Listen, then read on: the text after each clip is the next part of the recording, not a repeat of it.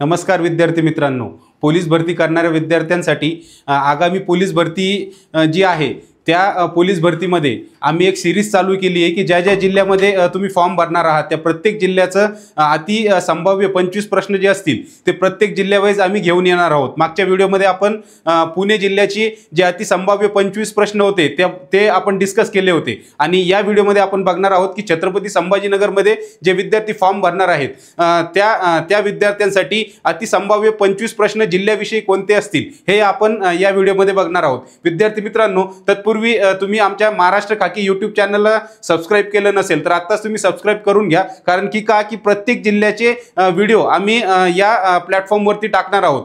जसं की मागच्या व्हिडिओमध्ये आपण पुणे जिल्ह्याविषयी माहिती बघितली होती, म्हणजे पुणे जिल्ह्यामध्ये अति संभाव्य 25 प्रश्न कोणते असू शकतील ते मागच्या व्हिडिओमध्ये आपण बघितलं होतं आणि या व्हिडिओमध्ये आपण बघणार आहोत की छत्रपती संभाजीनगर जिल्ह्यामध्ये जर तुम्ही फॉर्म भरलाय आणि फॉर्म भरल्यानंतर संभाजीनगर जिल्ह्याविषयी 25 अति संभाव्य प्रश्न कोणते असू शकतात ते आपण या व्हिडिओमध्ये डिस्कस करणार आहोत। तत्पूर्वी विद्यार्थी मित्रांनो बघा, महाराष्ट्र खाकी टीम तुमच्यासाठी घेऊन आली एक टेस्ट सिरीज, म्हणजे पोलीस भरती टेस्ट सिरीज 2025 असं या टेस्ट सिरीजचं नाव असणार आहे आणि या टेस्ट सिरीजमध्ये विद्यार्थी मित्रांनो तुम्हाला 100 टेस्ट या भेटणार आहेत आणि त्याही अगदी माफक 11 रुपयामध्ये।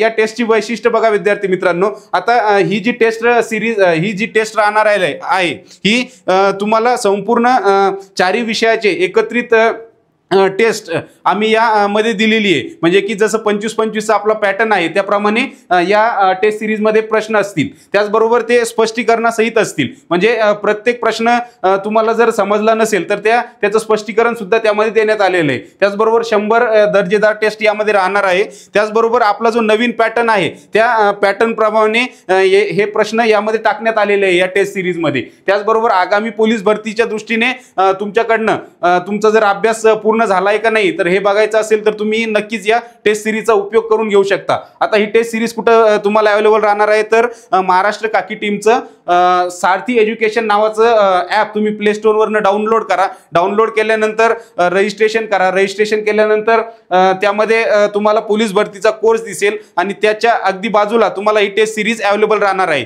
त्याचबरोबर विद्यार्थी मित्रांनो बघा, महाराष्ट्र खाकी टीम तुमच्यासाठी घेऊन आली आणखी एक बॅच, जी बॅचचं नाव आहे फास्ट ट्रॅक बॅच। ही बॅच संपूर्णपणे ऑनलाईन राहणार आहे आणि ही पूर्णपणे रेकॉर्डेड राहील, लाईव्ह राहणार नाही, म्हणजे रेकॉर्डेड लेक्चर तुम्हाला यामध्ये मिळतील। आणि त्याचबरोबर ही जी बॅच जी स्टार्ट होणार आहे विद्यार्थी मित्रांनो ही 25 नोव्हेंबर पासून आम्ही आमच्या ॲपमध्ये ती तुम्हाला दिसणार आहे। त्याचबरोबर या बॅचची जी फीस आहे ती अगदी 199 रुपयामध्ये तुम्ही ही बॅच खरेदी करू शकता। आता ही बॅच तुम्हाला कुठनं परचेस करायची आहे तर महाराष्ट्र खाकीचं सारथी एज्युकेशन नावाचं ॲप डाउनलोड करा। ॲप डाउनलोड केल्यानंतर रजिस्ट्रेशन झाल्यानंतर तुम्हाला पोलीस भरतीच्या सेक्शनमध्ये ही बॅच दिसेल। आता जर तुम्हाला काही तांत्रिक अडचणी येत असतील या दोन्हीच्या बाबतीत तर तुम्ही आमचा जो संपर्क क्रमांक आहे त्यावर संपर्क करू शकता। आता तो नंबर तुम्हाला मी एकदा सांगतो बघा, नंबर असा आहे 9975576767। या नंबरवर जर तुम्हाला काही अडचणी येत असतील बॅच घेताना किंवा मग टेस्ट सिरीज घेताना तर तुम्ही या नंबरवरती विद्यार्थी मित्रांनो संपर्क करू शकता। आता बघा विद्यार्थी मित्रांनो, आपण पुढे जाऊया। आता जो आपला छत्रपती संभाजीनगर जिल्ह्याविषयी जो पहिला प्रश्न राहणार आहे तो असा, आता बघा पहिला प्रश्न काय आहे, बीबी का मकबरा कोणाच्या स्मरणार्थ बांधण्यात आला आहे। आता इथे तुम्हाला 4 ऑप्शन दिलेले आहेत, या 4 ऑप्शन पैकी तुम्हाला एक ऑप्शन सांगायचं की उत्तर कोणतं योग्य राहणार आहे। आता इथं बघा विद्यार्थी मित्रांनो, आता दिलेलं आहे की बीबी का मकबरा कोणाच्या स्मरणार्थ बांधण्यात आलेला आहे। आता हा अगदी सोपा प्रश्न आहे, ज्यांचा अभ्यास पूर्ण झालेला आहे ते अगदी या प्रश्नाचं उत्तर देऊ शकतात। आता बघा इथं स्पष्टीकरण काय सांगतंय की बीबी का मकबरा हे औरंगजेबाचा पुत्र आझम शाह याने आपल्या आईच्या दिलरस बानू बेगमच्या स्मरणार्थ 1678 मध्ये बांधलाय, त्यामुळे याला दख्खनचा ताजमहल असं सुद्धा म्हणतात। आता विद्यार्थी मित्रांनो बघा, कोणाच्या स्मरणार्थ बांधलेला आहे आणि कोणी बांधलेला आहे यावर प्रश्न तयार होतात। आता बघा, औरंगजेबाचा जो पुत्र आहे आझम शाह याने हा आपल्या आईच्या स्मरणार्थ बांधलेला आहे, तर त्याच्या आईचं नाव काय होतं, दिलरस बानू बेगम। तर या प्रश्नाचं उत्तर काय, दिलरस बानू बेगम असं या प्रश्नाचं उत्तर आहे। आणि तो कधी बांधण्यात आलेला आहे हा सुद्धा प्रश्न तुम्हाला विचारण्यात येऊ शकतो। तर 1678 मध्ये हा बीबी का मकबरा बांधण्यात आलेला आहे. त्याचबरोबर इथे आणखी एक प्रश्न तयार होतो विद्यार्थी मित्रांनो, की दख्खनचा ताजमहल असे कोणाला संबोधल्या जाते किंवा म्हटल्या जाते, तर हा सुद्धा इथं प्रश्न तयार होतो. आता विद्यार्थी मित्रांनो बघा, एकाच प्रश्नाचे किती प्रश्न तयार होतात आणि ते कसे फिरवून तुम्हाला विचारले जाऊ शकतात. आता इथं बघा, हा तर एक प्रश्न आहे, बीबी का मकबरा कोणाच्या स्मरणार्थ बांधण्यात आलेला आहे. त्याच्यानंतर दुसरा प्रश्न तयार होतो की बीबी का मकबरा कुणी बांधला. त्यानंतर असा पण इथं प्रश्न तयार होऊ शकतो की बीबी का मकबरा कधी बांधण्यात आलेला आहे. असे 3-4 प्रश्न इथं तयार होतात. त्याचबरोबर हे पण तयार होतं की दख्खनचा ताजमहल कुणाला म्हणतात, हे असे इथं प्रश्न तयार होतात. तर विद्यार्थी मित्रांनो बघा, जर तुमचा अभ्यास असेल तर या प्रश्नाचं तुम्ही उत्तर सांगू शकता. आता बघा, दुसरा प्रश्न काय आहे विद्यार्थी मित्रांनो, दुसरा प्रश्न असा आहे की दौलताबाद किल्ल्याचे मूळ नाव काय होते. आता हा प्रश्न बघा, दौलताबाद किल्ल्याचे मूळ नाव काय होते. आता हा प्रश्न जे संभाजीनगर जिल्ह्यामध्ये राहतात त्यांना या प्रश्नाचं उत्तर येऊ शकतं की दौलताबादला पूर्वीचं नाव काय होतं किंवा मूळ नाव काय होतं. तर बघा विद्यार्थी मित्रांनो, पूर्वीचं नाव होतं या किल्ल्याचं देवगिरी फोर्ट असं आपण म्हणत होतो. तर आता बघा इथं काय सांगितलंय, स्पष्टीकरण काय सांगतंय, यादव राजवंशाच्या काळात या किल्ल्याला देवगिरी असे म्हटल्या जाई. नंतर दिल्लीचा सुलतान मोहम्मद बिन तुगलक याने राजधानी येथे हलवली व नाव दौलताबाद केले. आता इथं बघा विद्यार्थी मित्रांनो, मोहम्मद बिन तुगलक याने आपली जी पूर्वीची राजधानी होती ती तिथनं हलवून कुठं आणली, देवगिरी या किल्ल्यावरती आणली आणि त्याचं नाव काय ठेवलं तर दौलताबाद असं ठेवलं. त्यामुळं दौलताबाद किल्ल्याचं मूळ नाव हे देवगिरी होतं. त्याचबरोबर यादव राजवंशाच्या काळात किल्ल्याला देवगिरी नाव हे पडलं. त्यानंतर दिल्लीचा जो सुलतान होता मोहम्मद बिन तुगलक याने आपली राजधानी इथं हलवली व त्याला दौलताबाद असं नाव दिलं. तर बघा विद्यार्थी मित्रांनो, हे जे प्रश्न आहेत ना, हे संभाजीनगर जिल्ह्यामध्ये ज्यांनी फॉर्म टाकलाय त्यांच्यासाठी हे अतिशय महत्त्वाचे प्रश्न आहेत आणि आम्ही प्रत्येक जिल्ह्याचे प्रश्न या ठिकाणी प्रत्येक व्हिडिओमध्ये घेऊन येणार आहोत. आज जसं की आपला आजचा जो चालू आहे तोच छत्रपती संभाजीनगर जिल्ह्याविषयी अतिसंभाव्य 25 प्रश्न कोणते असतील त्या संबंधी हा व्हिडिओ चालू आहे. आता पुढचा प्रश्न आपण बघूया विद्यार्थी मित्रांनो. पुढचा प्रश्न आहे, पैठण हे प्राचीन काळात कोणत्या राजवंशाची राजधानी होते. आता बघा, प्रश्न व्यवस्थित आधी समजून घ्यायचा, गडबड करायची नाही. प्रश्न समजला तर तुम्हाला उत्तर सांगताना कन्फ्युजन होणार नाही. प्रश्न आधी समजून घ्या. पैठण हे प्राचीन काळात कोणत्या राजवंशाची राजधानी होती असं इथं प्रश्न विचारलाय आणि त्याला चार ऑप्शन दिलेत तुम्हाला, सातवाहन, चालुक्य, राष्ट्रकूट आणि यादव. आता याशी इथं 4 ऑप्शन दिलेले. ज्यांना माहित असेल त्यांनी कमेंट बॉक्समध्ये उत्तर सांगा की या प्रश्नाचं उत्तर काय. पैठण हे प्राचीन काळात कोणत्या राजवंशाची राजधानी होती. आता बघा विद्यार्थी मित्रांनो, पैठण हे सातवाहन राजवंशाची राजधानी होती. कोणाची राजधानी होती. पैठण हे प्राचीन काळात सातवाहन राजवंशाची राजधानी पैठण हे शहर होते. प्राचीन प्रतिष्ठानपुरी असे ओळखले जाते. आता त्याचं प्राचीन नाव काय होतं तर प्रतिष्ठानपुरी. पैठणला आधी प्रतिष्ठानपुरी म्हणायचे, त्यानंतर पैठण हे सातवाहन राजवंशाची राजधानी होती असं इथं उत्तर येतं. त्यामुळं प्रश्न आधी नीट समजून घ्यायचा, त्यानंतरच तुम्ही बघायचं की उत्तर याचं काय असू शकतं. आता पुढचा प्रश्न बघा विद्यार्थी मित्रांनो, चौथा. खुलताबाद येथे कोणत्या मुघल बादशहाची समाधी आहे. आता हे जवळजवळ जे छत्रपती संभाजीनगरमध्ये राहतात त्यांना या प्रश्नाचं उत्तर अगदी माहिती असेल की खुलताबाद येथे कोणत्या मुघल बादशहाची राजधानी आहे. सगळ्यांनाच माहिती आहे की खुलताबाद येथे कोणत्या मुघल बादशहाची राजधानी आहे तर औरंगजेब. या प्रश्नाचं उत्तर आहे औरंगजेब. औरंगजेबाचे समाधीचे स्थान खुलताबाद येथे आहे. त्याने स्वतःच्या समाधीसाठी मोठा खर्च न करता साधे बांधकाम करण्याचे आदेश इथे दिले होते. त्यामुळं कोणाची समाधी इथं आहे तर औरंगजेबाची आहे खुलताबाद येथे.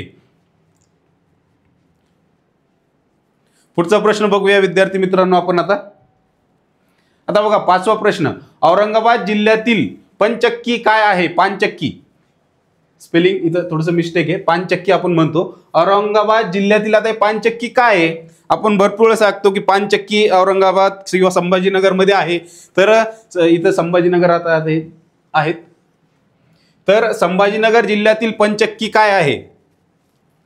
काय आहे पंचक्की? तर पंचक्की हे वाऱ्यावर चालणारे पाणी चक्र आहे,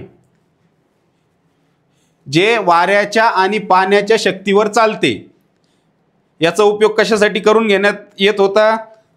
तर मस्जिद आणि मदरशासाठी पाणी उचलण्यासाठी या पंचक्कीचा उपयोग होत होता. पंचक्की काय आहे? तर वाऱ्यावर चालणारे एक पाणी चक्र आहे आणि याचा उपयोग मस्जिद आणि मदरशासाठी पाणी उचलण्यासाठी होत होता.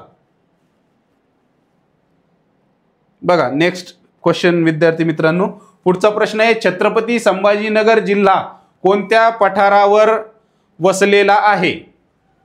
अगदी महत्त्वाचा प्रश्न आहे हा. मागच्या काही पोलीस भरतीमध्ये सुद्धा आलेला होता. छत्रपती संभाजीनगर जिल्हा कोणत्या पठारावर वसलेला आहे?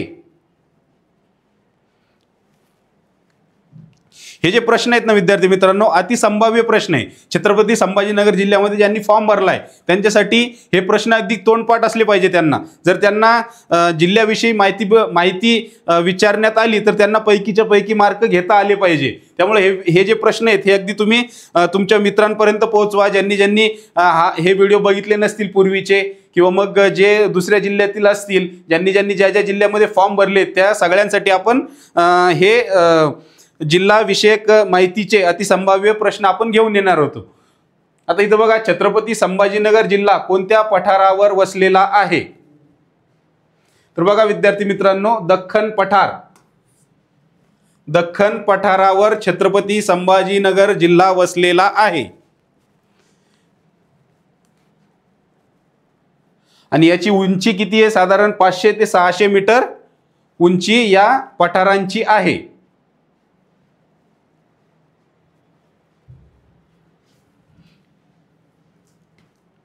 चला पुढचा प्रश्न बघूया. 7वा प्रश्न, जिल्ह्यातील सर्वाधिक पर्जन्य कोणत्या भागात होते? आता हे जे प्रश्न आहे ना, अति संभाव्य प्रश्न आहे विद्यार्थी मित्रांनो. जिल्ह्यातील सर्वाधिक पर्जन्य कोणत्या भागात होते?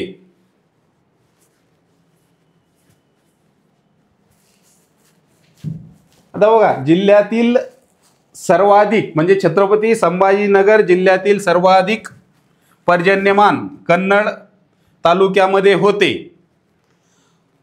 आता हे कोणतं आहे? ओरोग्राफिक पर्जन्य याला म्हणतो. आता ओरोग्राफिक पर्जन्य म्हणजे काय? तर बघा, जी दमट हवा आहे, ही दमट हवा अशी वाहत येत असताना जे आपले सह्याद्रीचे पर्वतरांगा आहेत त्यांना थाडते. थाडल्यानंतर काय होतं? ही असते दमट हवा, खालनं जी वाहते ती असते दमट हवा, आणि ही जेव्हा आपल्या पर्वतरांगांना, सह्याद्रीच्या पर्वतरांगांना धडकते तेव्हा ती त्यांना धडकून अशी वर जाते आणि इथं थंड होते. थंड झाली की मग ते थंड झाल्यानंतर ती वर ढगांशी कॉन्टॅक्ट येऊन इथं पाऊस पडतो. याला ओरोग्राफी पर्जन्य असे आपण म्हणतो. कशाला म्हणतो? की जी दमट हवा जी वाहत येते ती या पर्वतरांगांना धडकते, धडकल्यानंतर ती वर जाते, वर गेल्यानंतर थंड होते आणि थंड झाल्यानंतर ढगामध्ये रूपांतरण होऊन येथे पाऊस पडतो. त्याला आपण ओरोग्राफी पर्जन्य असे म्हणतो. तर या प्रश्नाचं उत्तर आहे कन्नड. कन्नड तालुका सह्याद्रीच्या पायथ्याशी आहे, त्यामुळे इथं जिल्ह्यातील सर्वाधिक पर्जन्य म्हणजे पाऊस पडतो. पुढचा प्रश्न, जिल्ह्याची छत्रपती संभाजीनगर जिल्ह्याची जमीन प्रामुख्याने कोणत्या प्रकारची आहे? कोणत्या प्रकारची आहे छत्रपती संभाजीनगर जिल्ह्याची जमीन? जमीन म्हटल्यापेक्षा इथं बहुतेक मिस्टेक झाली, तर माती पाहिजे. संभाजीनगर जिल्ह्याची माती प्रामुख्याने कोणत्या प्रकारची आहे? तर बघा, याचं उत्तर आहे विद्यार्थी मित्रांनो, काळी रेंगूर माती या प्रकारामध्ये ही मोडते. आता ही जी माती आहे ही कापूस पिकासाठी अत्यंत उपयुक्त आहे आणि दख्खन पठारावर प्रामुख्याने ही आढळते. लक्षात ठेवायचंय, जिल्ह्याची माती ही प्रामुख्याने कोणत्या प्रकारची आहे? तर काळी रेंगूर माती या प्रकारची आहे आणि ही जी माती आहे ही कापूस पिकासाठी अतिशय उपयुक्त आहे. म्हणून आपण बघतो की आपल्या छत्रपती संभाजीनगर जिल्ह्यामध्ये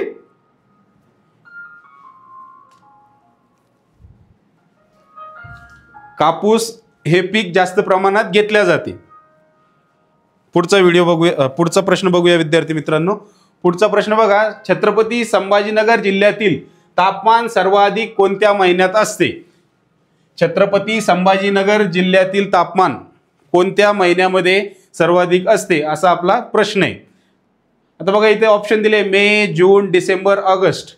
आता इथं बघा आपल्याला उत्तर जर काढायचं तर आपण काढू शकतो, कारण की मे मध्ये आपल्याला माहिती आहे ऊन सर्वाधिक असतं. त्याच्यानंतर जूनमध्ये आपल्याकडं ऊन असतं पण पावसाळा सुद्धा सुरुवात व्हायला लागते. डिसेंबरमध्ये थंडी असते, ऑगस्टमध्ये पावसाळा चालू असतो. त्यामुळं इथं काय मे महिन्यामध्ये हे उत्तर येतं. त्यामुळं काही काही प्रश्न हे लॉजिकने जर सोडवले तरी त्याचं उत्तर आपल्याला काढता येतं, कारण की आपल्याला माहिती आहे की मे मध्ये सर्वाधिक मे जो महिना आहे हा उन्हाळ्यामध्ये असतो. त्यामुळं याचं उत्तर मे महिना आहे. आणि साधारण तापमान आता आपण बघतोय की 45-47 पर्यंत संभाजीनगर जिल्ह्याचं तापमान हे जात आहे उन्हाळ्यामध्ये. मे मध्ये, जूनमध्ये पावसाळा सुरू होतो, डिसेंबरमध्ये थंडी असते आणि ऑगस्टमध्ये सुद्धा पावसाळा चालू असतो. त्यामुळे या प्रश्नाचं उत्तर काय राहील? मे महिना. आणि साधारण तापमान जर त्यांनी विचारलं तर आता हे तापमान हळूहळू वाढतंय. ग्लोबल वॉर्मिंगमुळे तापमान आपल्या जिल्ह्याचं सुद्धा वाढलंय. 47, 48, 50 पर्यंत पण सुद्धा तापमान यावर्षी आपलं गेलं होतं. चला पुढचा प्रश्न बघूया विद्यार्थी मित्रांनो. आता बघा, छत्रपती संभाजीनगर जिल्ह्यातील प्रमुख पर्वत रांग कोणती? आता इथं विचारलंय बघा, प्रमुख पर्वत रांग विचारलंय.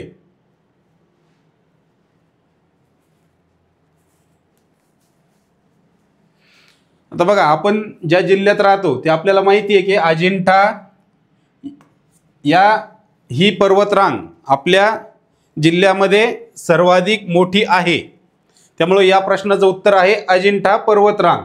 आता अजिंठा पर्वतरांग जी आहे ही जिल्ह्याच्या उत्तरेस आहे आणि या रांगेमध्ये आपल्याला माहिती आहे की अजिंठा लेण्या या आपल्या जिल्ह्यातील पूर्ण जगामध्ये प्रसिद्ध आहे, अजिंठा लेणी. तर या प्रश्नाचं उत्तर काय? अजिंठा.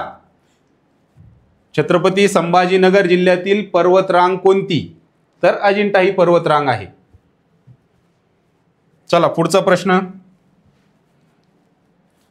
आता छत्रपती संभाजीनगर जिल्ह्यातून वाहणारी प्रमुख नदी कोणती? हा आपला 11वा प्रश्न आहे. हे प्रश्न मागच्या काही पोलीस भरतींच्या परीक्षेमध्ये सुद्धा आलेले आहेत. त्यामुळं हे जे प्रश्न आहेत हे तुमच्या अगदी तोंडपाठ असले पाहिजे. इथं कन्फ्यूज व्हायचं कारण काही नाही. जर तुमचा जर अभ्यास झाला असेल तर हे प्रश्न अगदी सोपे आहेत. छत्रपती संभाजीनगर जिल्ह्यातून वाहणारी प्रमुख नदी कोणती? या प्रश्नाचं उत्तर आहे विद्यार्थी मित्रांनो गोदावरी. भीमा आपल्याला माहिती आहे कुठून वाहते? पुणे जिल्हा. त्यानंतर मुळा पण आपल्याला माहिती आहे पुणे जिल्हा. गोदावरी संभाजीनगर मधनं पण वाहते. तर बघा विद्यार्थी मित्रांनो, गोदावरी नदी जिल्ह्यातील पैठणमधून वाहते आणि ती भारतातली सर्वात मोठी नदी, दुसरी मोठी नदी आहे. पहिली मोठी नदी गंगा आणि दुसरी मोठी नदी गोदावरी. त्यामुळं दुसरी जी, आता इथं प्रश्न असा पण तयार होतो की संभाजीनगर जिल्ह्यातून वाहणारी गोदावरी ही भारतातील कितवी नदी आहे किंवा सर्वात मोठी कितव्या क्रमांकाची नदी आहे, असा सुद्धा इथं प्रश्न तयार होतो. त्यामुळे या प्रश्नांतून अनेक प्रश्न तयार होतात आणि ते प्रश्न सुद्धा तुम्ही अभ्यासले पाहिजे की या प्रश्नातून कोणते प्रश्न तयार होऊ शकतात ते सुद्धा तुम्हाला माहिती असली पाहिजे आणि त्याबद्दल सुद्धा तुमचा अभ्यास झालेला पाहिजे. चला विद्यार्थी मित्रांनो पुढे बघूया. आता 14वा प्रश्न आहे, जायकवाडी धरण कोणत्या नदीवर बांधण्यात आलेले आहे? कोणत्या नदीवर बांधण्यात आलेले जायकवाडी धरण? गोदावरी या नदीवर बांधण्यात आलेलं आहे. आणि कुठे आहे जायकवाडी धरण? पैठण या ठिकाणी आहे. पैठणमध्ये कुठं, काय नाव आहे त्या धरणाचं, प्रकल्पाचं? नाथसागर. नाथसागर असं त्या प्रकल्पाचं नाव आहे. आणि हे मराठवाड्यातील सर्वात मोठं सिंचन प्रकल्प आहे, मराठवाड्यातील सर्वात मोठा. आणि कशावर बांधण्यात आलेले, कोणत्या प्रकारे बांधण्यात आलेलं आहे, तर मातीमध्ये हे धरण बांधण्यात आलेलं आहे, मातीमध्ये.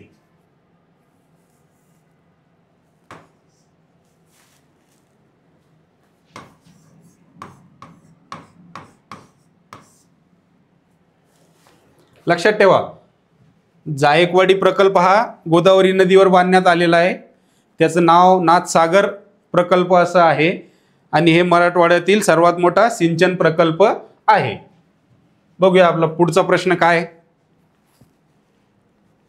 पुढचा प्रश्न बघा, जिल्ह्यातील गोदावरीची उपनदी कोणती आहे. आता मागच्या प्रश्नामध्ये आपण बघितलं की छत्रपती संभाजीनगर मधनं गोदावरी नदी वाहते. आता इथं प्रश्न काय विचारलाय की गोदावरी नदीची उपनदी कोणती आहे. सांगा गोदावरी नदीची उपनदी.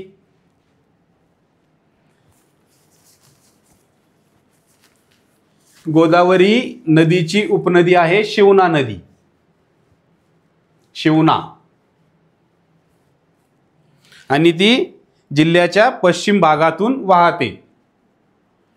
छत्रपती संभाजीनगर जिल्ह्याच्या पश्चिम भागातून ती वाहते आणि ती गोदावरीची उपनदी आहे.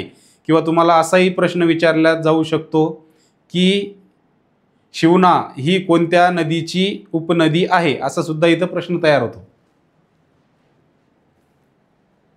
किंवा मग असा सुद्धा प्रश्न इथं तयार होतो की छत्रपती संभाजीनगर जिल्ह्याच्या पश्चिम भागातून वाहणारी गोदावरीची उपनदी कोणती, हा सुद्धा इथं प्रश्न तयार होतो. चला पुढचा प्रश्न.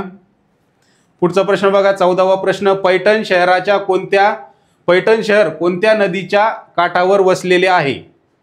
आताच मागच्या प्रश्नांमध्ये आपण बघितलं की पैठण शहर हे गोदावरी नदीच्या काठी वसलेलं आहे.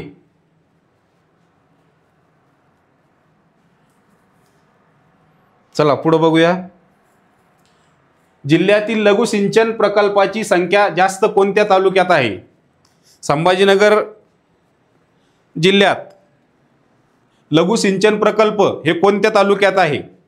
आता आपल्याला माहिती आहे की आपण आता मागच्या प्रश्नामध्ये बघितलं की सर्वाधिक पर्जन्यमान हे कोणत्या तालुक्यात होतं जिल्ह्यातील, तर कन्नड तालुक्यात होतं. तर मग साहजिकच कन्नड तालुक्यामध्ये जर पाऊस जास्त पडत असेल तर लघु सिंचन प्रकल्प जे आहेत ते तिथेच जास्त असतील. त्यामुळं या प्रश्नाचं उत्तर आहे कन्नड. कन्नड या तालुक्यामध्ये छत्रपती संभाजीनगर जिल्ह्यातील सर्वात जास्त लघु प्रकल्पांची संख्या आहे. लक्षात ठेवा, अति महत्त्वाचा प्रश्न आहे. कन्नड लघु प्रकल्पाची संख्या जास्त असलेला तालुका छत्रपती संभाजीनगर जिल्ह्यातील. पुढचा प्रश्न बघा, छत्रपती संभाजीनगर जिल्ह्यात एकूण किती तालुके आहेत. किती तालुके छत्रपती संभाजीनगर जिल्ह्यामध्ये.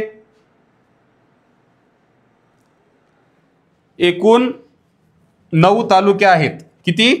छत्रपती संभाजीनगर जिल्ह्यामध्ये एकूण 9 तालुके आहेत. तर ते कोणते कोणते आहेत. छत्रपती संभाजीनगर तालुका, गंगापूर, पैठण, सिल्लोड, कन्नड, खुलताबाद, वैजापूर, फुलंब्री आणि सोयगाव हे 9 तालुके छत्रपती संभाजीनगर जिल्ह्यामध्ये आहेत. त्यामुळे हे लक्षात ठेवायचं आहे, कारण हा प्रश्न पोलीस भरतीमध्ये विचारलाच जातो. प्रत्येक जिल्ह्यामध्ये किती तालुके आहेत. आपण मागच्या जो पुणे जिल्ह्याचा व्हिडिओ बघितला होता त्यामध्ये सुद्धा विचारण्यात आलेलं होतं की पुणे जिल्ह्यामध्ये एकूण किती तालुके आहेत. चला पुढचा प्रश्न बघा, 17वा प्रश्न विद्यार्थ्यांनो. जिल्ह्याचा प्रमुख प्रशासकीय अधिकारी कोण असतं. जिल्ह्याचा प्रमुख प्रशासकीय अधिकारी कोण असतात. जिल्ह्याचा प्रमुख प्रशासकीय अधिकारी हे जिल्हाधिकारी असतात.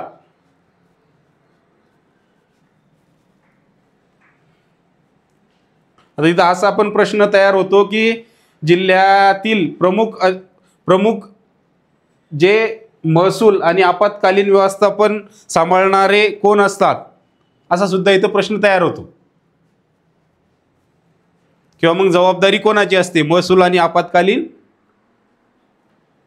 व्यवस्थापनाची जबाबदारी कोणावर असते?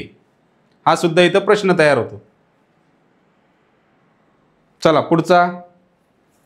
त्यानंतर बघा, जिल्हा पोलीस विभागाचा प्रमुख अधिकारी कोण? आता हा प्रश्न तुम्हाला माहितीच आहे, कारण तुम्ही पोलीस भरतीचा अभ्यास करताय, त्यामुळं या प्रश्नाचं उत्तर तुम्हाला आलंच पाहिजे आणि माहितीच पाहिजे. ॲडिशनल सुप्रिटेंडेंट ऑफ पोलीस म्हणजे पोलीस अधीक्षक, SP असं आपण त्यांना म्हणतो. म्हणजे ते जिल्ह्याचे प्रमुख असतात पोलीस डिपार्टमेंटचे. पुढचा प्रश्न. जिल्हा परिषद कोणत्या कायद्यानुसार कार्य करते? बघतो आपण जिल्ह्याच्या ठिकाणी असलेली जिल्हा परिषद. आता आगामी जिल्हा परिषदच्या निवडणुका होणार आहेत, ते बहुतेक डिसेंबर एंडमध्ये किंवा जानेवारीमध्ये राहतील जिल्हा परिषदेच्या निवडणुका. तर ते कोणत्या कायद्यानुसार कार्य करते जिल्हा परिषद? तर 1961च्या कायद्यानुसार महाराष्ट्र जिल्हा परिषद कायदा येतो. महाराष्ट्र जिल्हा परिषद कायदा 1961. या कायद्याच्या अंतर्गत प्रत्येक जिल्ह्यातील जिल्हा परिषद ही कार्य करत असते आणि या कायद्या अंतर्गतच त्याची स्थापना झालेली आहे व कार्यपद्धती ठरवलेली आहे. पुढचा प्रश्न बघा. जिल्ह्याचा विकास आराखडा कोण तयार करते? कोण तयार करतं जिल्ह्याचा विकास आराखडा? त्यासाठी एक समिती नेमलेली आहे, त्या समितीला म्हणतात जिल्हा नियोजन समिती. आता ही जिल्हा नियोजन समिती जी आहे ती जिल्ह्याचा विकास आराखडा तयार करत असते. आपण बघतो बघा, वाचतो पेपरमध्ये की जिल्हा नियोजन समितीची बैठक झाली किंवा जिल्हा नियोजन समितीची बैठक आयोजित करण्यात आली.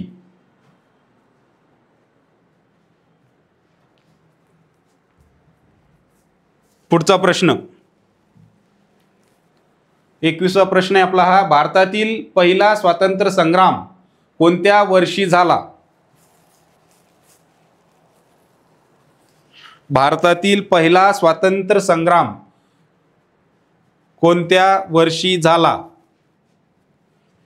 सांगा, कमेंटमध्ये सांगा विद्यार्थी मित्रांनो, माहित असेल या प्रश्नाचं उत्तर तर. भारतातील पहिला स्वातंत्र्य संग्राम कोणत्या वर्षी झाला?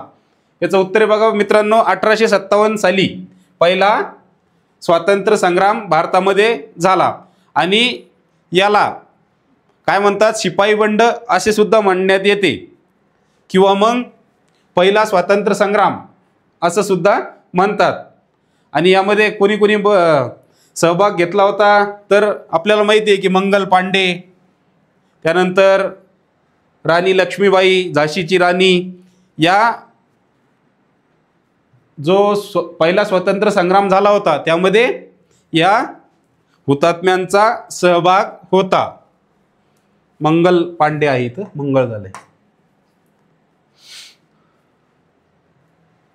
तर हे असे प्रश्न आगामी पोलीस भरतीमध्ये विचारल्या जाऊ शकतात, त्यामुळं या प्रश्नांचा सराव करणं अतिशय महत्त्वाचं आहे. पुढचा बघा विद्यार्थी मित्रांनो प्रश्न.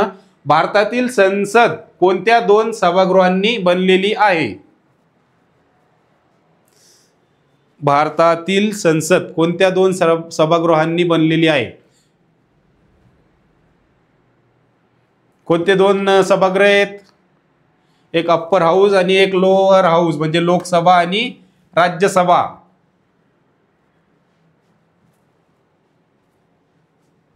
या 2 सभागृह आहेत संसदमध्ये, आपल्या भारताच्या संसदमध्ये.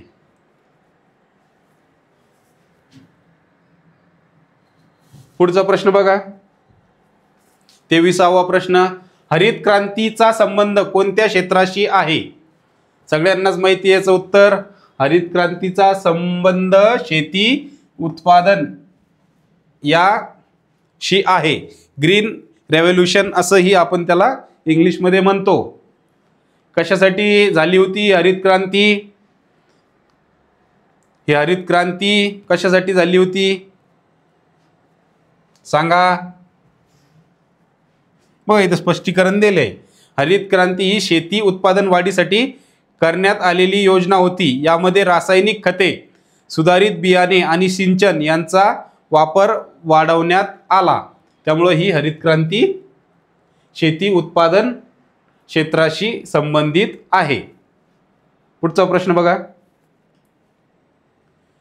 भारतातील सर्वात उंच शिखर कोणते?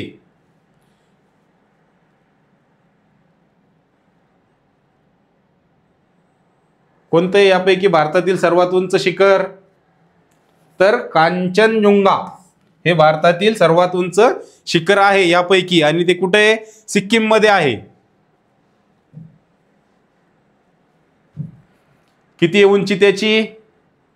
8586 मीटर एवढी या कांचनजुंगा जे सिक्कीम मध्ये आहे त्याची उंची आहे. तत्पूर्वी बघा विद्यार्थी मित्रांनो, महाराष्ट्र खाकी टीम तुमच्यासाठी घेऊन आली एक नवीन रेकॉर्डेड बॅच जी अवेलेबल राहणार आहे 15 नोव्हेंबरपासून आमच्या ॲपमध्ये. आणि त्या ॲप कुठे आहे? तर सारथी एज्युकेशन नावाचं ॲप हे तुम्हाला प्ले स्टोअरवरनं डाउनलोड करायचं आहे. डाउनलोड केल्यानंतर तुम्हाला रजिस्ट्रेशन करायचं आहे. रजिस्ट्रेशन केल्यानंतर तुम्हाला तिथं ही पोलीस भरतीचं सेक्शन दिसेल. पोलीस भरतीच्या सेक्शनमध्ये तुम्हाला ही बॅच दिसेल आणि ही पूर्णपणे रेकॉर्डेड बॅच राहणार आहे. खास पोलीस भरती, आगामी पोलीस भरतीच्या दृष्टीने अतिशय महत्त्वाची बॅच महाराष्ट्र खाकी टीम तुमच्यासाठी घेऊन आली आहे. त्याचबरोबर विद्यार्थी मित्रांनो बघा, एक टेस्ट सिरीज सुद्धा आम्ही पोलीस भरती करणाऱ्या विद्यार्थ्यांसाठी अवेलेबल केली आहे. ज्या टेस्ट सिरीजची वैशिष्ट्य काय? तर ही संपूर्ण विषयाची एकत्रित टेस्ट राहणार आहे. त्याचबरोबर यामध्ये 100 दर्जेदार प्रश्न देण्यात आलेले आहेत. त्याचबरोबर आगामी पोलीस भरतीमध्ये जे अतिसंभाव्य प्रश्न असतील ते सुद्धा या टेस्ट सिरीजमध्ये देण्यात आलेले आहे. आणि त्या टेस्ट सिरीजची किंमत किती आहे? अगदी 11 रुपये ठेवण्यात आलेली आहे विद्यार्थी मित्रांनो. आणि ही जी टेस्ट सिरीज तुम्हाला अवेलेबल राहणार आहे ही आमचं जे सारथी एज्युकेशन नावाचं ॲप आहे त्या ॲपवरती ही अवेलेबल राहणार आहे. आणि ज्या विद्यार्थ्यांनी आमची पोलीस भरतीची रेकॉर्डेड बॅच घेतलेली आहे त्यांच्यासाठी ही टेस्ट सिरीज अगदी मोफत राहणार आहे. त्यामुळं या दोन्ही गोष्टीचा फायदा विद्यार्थ्यांनी करून घ्यायचा आहे. आणि जर तुम्हाला काही तांत्रिक अडचणी येत असतील तर इथं नंबर सुद्धा आहे बघा आमचा खाली. संपर्क क्रमांक दिलेला आहे 99 75 57 67 67. या नंबरवर तुम्ही कॉन्टॅक्ट करा जर तुम्हाला बॅच घेताना काही प्रॉब्लेम येत असेल. चला, आपला जो एक प्रश्न राहिलेला आहे शेवटचा तो बघूया विद्यार्थ्यांना आपण आता. शेवटचा प्रश्न 25वा.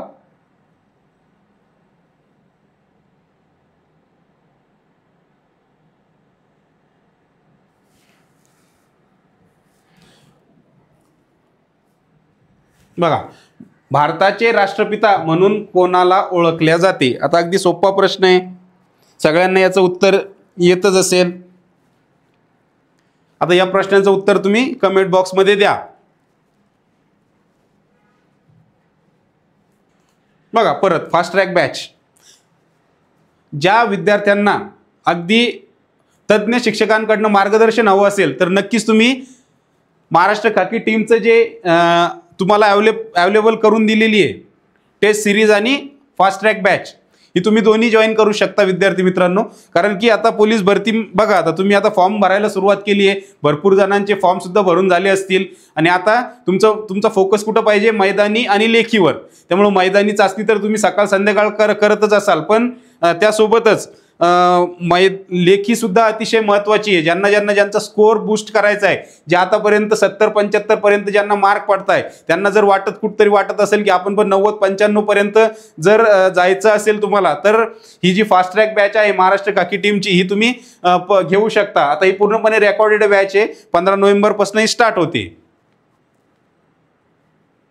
तर यानंतरचा जो जिल्हा राहणार आहे विद्यार्थी मित्रांनो, हा आपला जिल्हा राहील सोलापूर जिल्हा. सोलापूर जिल्ह्याविषयी आपण 25 अतिसंभाव्य प्रश्न या पुढच्या व्हिडिओमध्ये घेऊन येणार आहोत. त्याचबरोबर मागचा जो आपला व्हिडिओ झाला होता हा पुणे जिल्ह्याविषयी झाला होता आणि आजचा जो आपला व्हिडिओ आहे हा छत्रपती संभाजीनगर जिल्ह्याविषयी अतिसंभाव्य 25 प्रश्न आपण आत्ता बघितले. आणि या पुढचा जो व्हिडिओ राहील आपला हा सोलापूर जिल्ह्याविषयी माहिती आपण पुढच्या व्हिडिओमध्ये बघूया. तत्पूर्वी महाराष्ट्र खाकी टीमचं प्लॅटफॉर्म चॅनल जे आहे यूट्यूब चॅनल हे तुम्ही सबस्क्राईब करून ठेवा, जेणेकरून जे आमचे पुढचे व्हिडिओ येतील हे तुम्हाला नोटिफिकेशनद्वारे कळवण्यात येतील. या व्हिडिओमध्ये इथंच थांबूया विद्यार्थी मित्रांनो. धन्यवाद.